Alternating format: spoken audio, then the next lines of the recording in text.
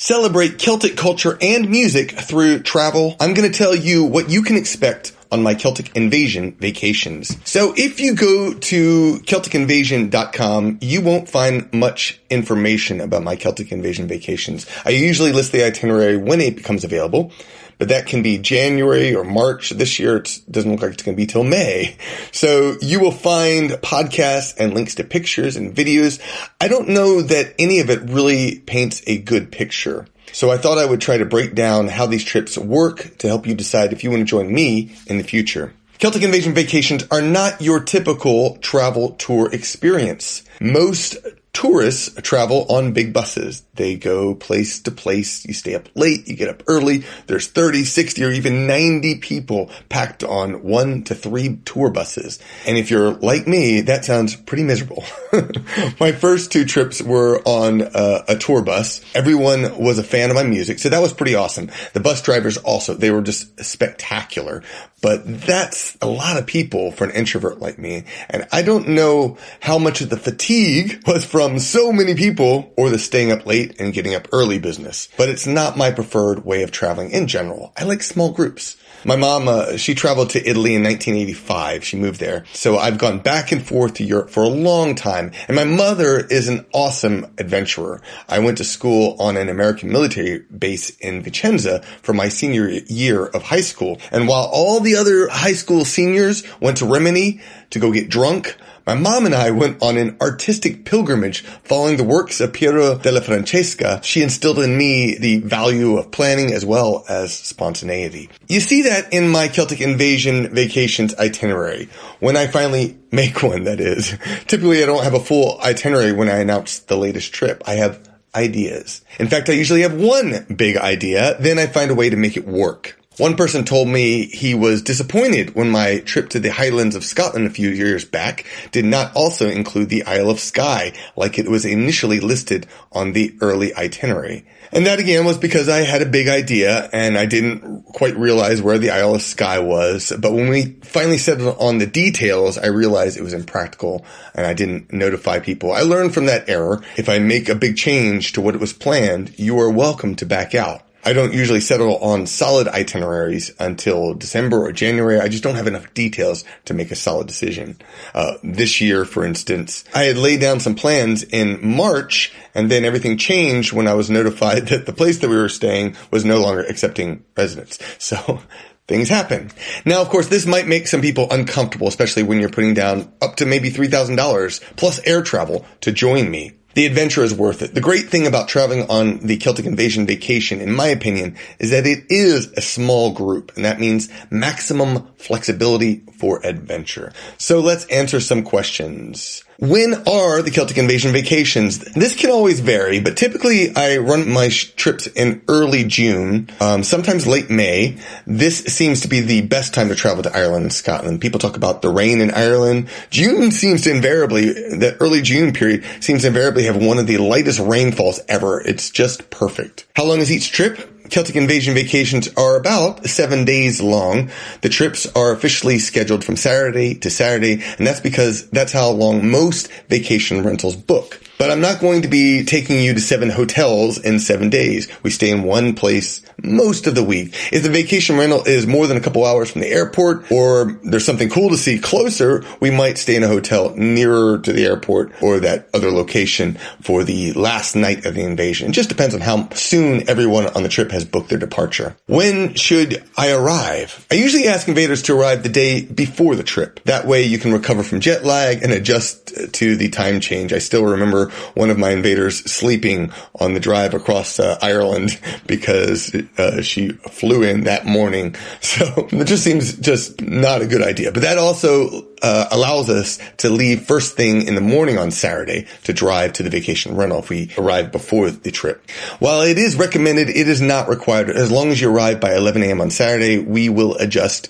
You are also responsible for the hotel on Friday night, but you might find a roommate with other invaders if you need that. When should I depart? Again, it's up to you. I prefer you to set your departure after noon on Saturday. You can stay as long as you want, though. I usually leave on Sunday after the trip is over. How do you select the destinations? Destinations are chosen by invaders and, of course, me. I usually have an idea of a place I want to see, so I look for a suitable vacation spot. But sometimes I ask for suggestions from invaders. Our trip to Brittany and Cornwall were both chosen because some regular invaders wanted to visit all 7 Celtic nations. Of course, I get the final say, and if I get enough people to attend one of these more remote spots, I may make adjustments. Once we settle on a big destination, the next step is figuring out the generalized itinerary. Is there downtime? Yes. This is not an intense, constantly moving tour. Celtic Invasion Vacations are about relaxation, adventure, and fun, and of course music, and how much can be up to you. There's usually at least one day where we are near to the cottage and take it easy. We explore the local town. Wednesdays have the option of a little extra downtime for those who need it. How do you choose the itinerary? You can't really make an itinerary until you know where you're going, right? Well, the challenge for me is that I need to know the exact place we are staying to figure out where our itinerary will go. My next step is to start researching vacation rentals. I look for rentals in our destination area that hold between 8 to 12 people, sometimes more, but that's pushing it. I want it to look nice, comfortable, and easily accessible. In fact, I want the majority of the cool stuff that we will explore to be within 30 minutes of where we are staying. Once I know the exact location, I can plan the itinerary. What does the typical itinerary look like? So the first day of the trip involves driving to our destination. We need at least one interesting place to stop along the way, maybe 2 if you include lunch. When we arrive, we need groceries. I confess there's something extra fun about going to a grocery store in Europe. Some of our invaders join me for a shopping experience as we load up on breakfast and some dinner supplies. I make dinner for the first night. Typically, it's my secret pasta recipe. That evening is usually concluded with a little music by me. The second day is usually a good day to stay local, so we explore 1 or 2 of the cool things that are nearby. We try to spend time out of the car, walk around. It's good to stretch our legs after traveling. On either the second or third day, I like to bring in a tour guide if possible. My trips are not geared around tours, but local guides are great for adding a little bit of history, culture, and legends to the experience. So if I can make it happen, I will do that. Guides are also good at giving us a local perspective of things we should check out that are not necessarily on our itinerary. In Brittany, we found some cool cairns that were not on our original itinerary. In Cornwall, we got an overview of Tintagel and found some standing stones I would have never found. In Wales, Willem Morris shared the incredible legends of Merlin and introduced us to an eco-resort hidden in the mountains. In Donegal, we found some great restaurants and a former passage tomb.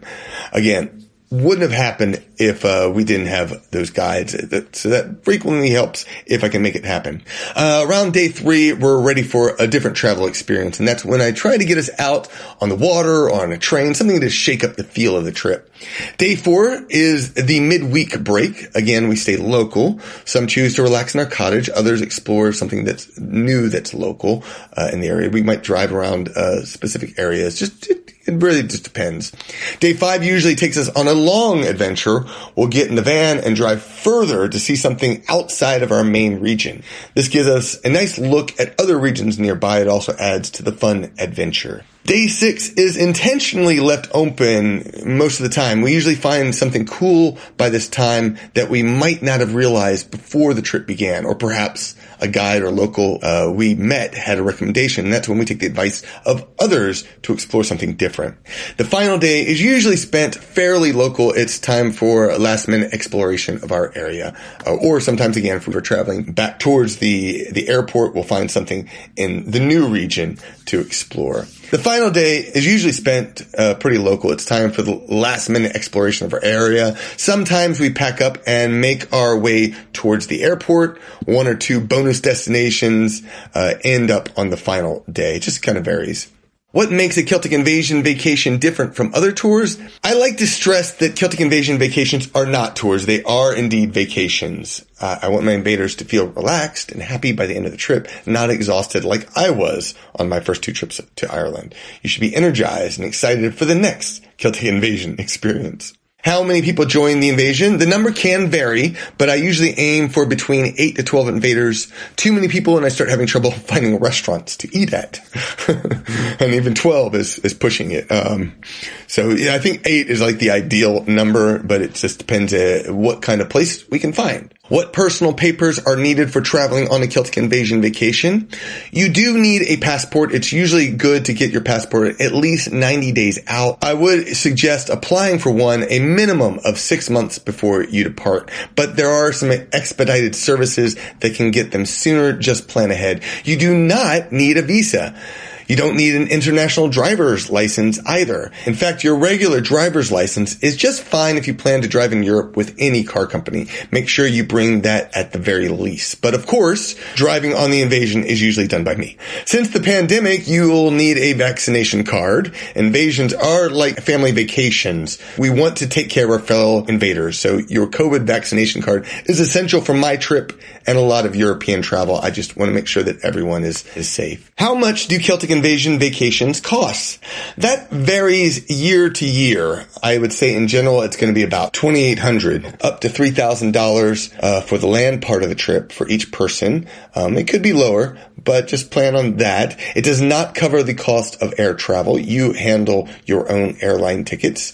Your fee covers your housing for a full week. That's for a shared room, either a double if you're in a couple or two singles, depending on our housing. It may cost extra to get a single room by yourself. Your fee covers a breakfast every day and dinner at least 5 times. Often I cover more than that. Sometimes it works well to make lunches if we're not planning to be near a restaurant. So I happily pay for lunch supplies if we need those. But in general, you are responsible for your lunch. You can have what you like for breakfast each morning. Some days we have a full breakfast with eggs, bacon, yogurt, fruit, cheese, whatever you want. Grocery shopping usually happens on the first day, so whatever you need, we can probably find it. Other days, if we want to get going early, then we might have a continental breakfast with just breads, cheese, yogurt, or fruit. And yes, there is coffee every morning and tea too. I personally need my coffee. I cook dinner at least 2 days during the week. We have my world famous secret pasta meal, and then there's the Celtic Invasion specialty, which is Prince Charlie Secret. It's a recipe we picked up a few years ago and is now a tradition on the invasions. There may be more than 2 meals, but of course we like to eat out too. The toughest thing about dining on the Celtic Invasions is finding a place to eat. If the group is under 9 people, that's usually not too difficult. But if we have more than that, it can be a real challenge. I plan ahead for that because who doesn't like to eat out in Europe? I consider that a big part of the experience. Is there music? Well, at least twice a week, there definitely is. We spend the evening relaxing at our college with dinner and music. I am, of course, host of the Irish and Celtic Music podcast, so the podcast music will be playing frequently. But I'm also a musician. I play Celtic music with a sci-fi drinking songs twist. I call it sci-fi-ish music. You can hear my music through my website at celtfather.net. I plan to play, again, at least twice a week, for at least an hour. But a lot of it depends on you and how excited you are to hear some music. If we're really lucky, you might bring an instrument too. Then we can have an Irish session with songs and tunes afterwards. And if we're really fortunate, I will find a musician or bring in a musician to come play for us. And that's frequently difficult to pull off, but when it happens, it's absolutely amazing. When does our day begin and end? So breakfast is usually around 7:30 or 8 a.m. with a departure, 8:30 or 9 a.m. Just depends on what kind of day we're going to have. It's nice to have a leisurely morning. We don't want to rush off and do too much, but we do have to, everything is made by me in the breakfast department. So we have to get things going, got to get cleaned up and such before we can head out. So that's something that usually takes a little bit of time, but again, we try to get out by 9 a.m. at the latest, absolute latest. We don't usually do too much in the evenings. Usually we'll have dinner, but since Irish sessions usually don't begin until 9 p.m., it's not something we usually attend outside of our cottage session.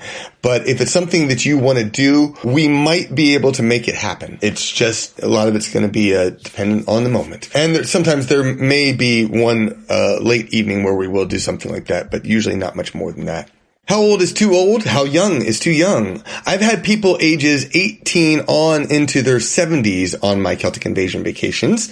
I'd say the vast majority are in their 40s, 50s, or 60s, but I don't really think much about it because I adjust each trip to who's on it. In 2019, a younger group hiked up Skellig Michael in Ireland while the less physically able and landed on the greater Blasket Island by boat. The physically active walk, hike, and run ahead if so desire. Those who aren't take it at their own speed. The Isle of Skye was one of the few places we went where it was better to be physically active. Yet, there's a lot of hiking on that island. But I don't think anyone's vacation fun was hindered by being less physically active. We had quite a few people who could not go to the top of Old Man's Store. As for younger folks, I typically don't prefer to have kids on the trip, though in 2022, my family is coming sort of, to be on the trip. I know the challenges associated with that, but I'm willing to consider it as long as you feel the kids are up to getting up and going. One lady asked about a teenager, and I think I might be open to teenager a bit more if they're independent and still willing to follow the rules. How do we travel? Typically, we travel in a van. These are usually 9-seaters with lots of luggage space. Sometimes we will add a second van or a car to carry extra invaders. And speaking of luggage, we do have limited space. I find that one suitcase per person is plenty, plus a carry-on. You typically don't need more. There's usually laundry facilities too, if you really need it. So you can always wash something extra. There's a whole bunch of videos on YouTube where you can learn about how to travel light. If you truly need an extra suitcase, that's fine, but your experience is so much better when you just travel light. You don't need much.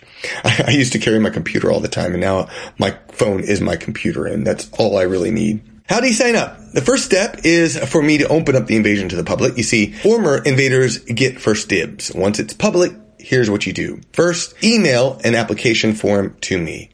Second, send me a check for your deposit that reserves your spot on the invasion. You have to send it within 2 weeks of emailing your application form. Finally, just send me your final payment before the deadline and you're golden.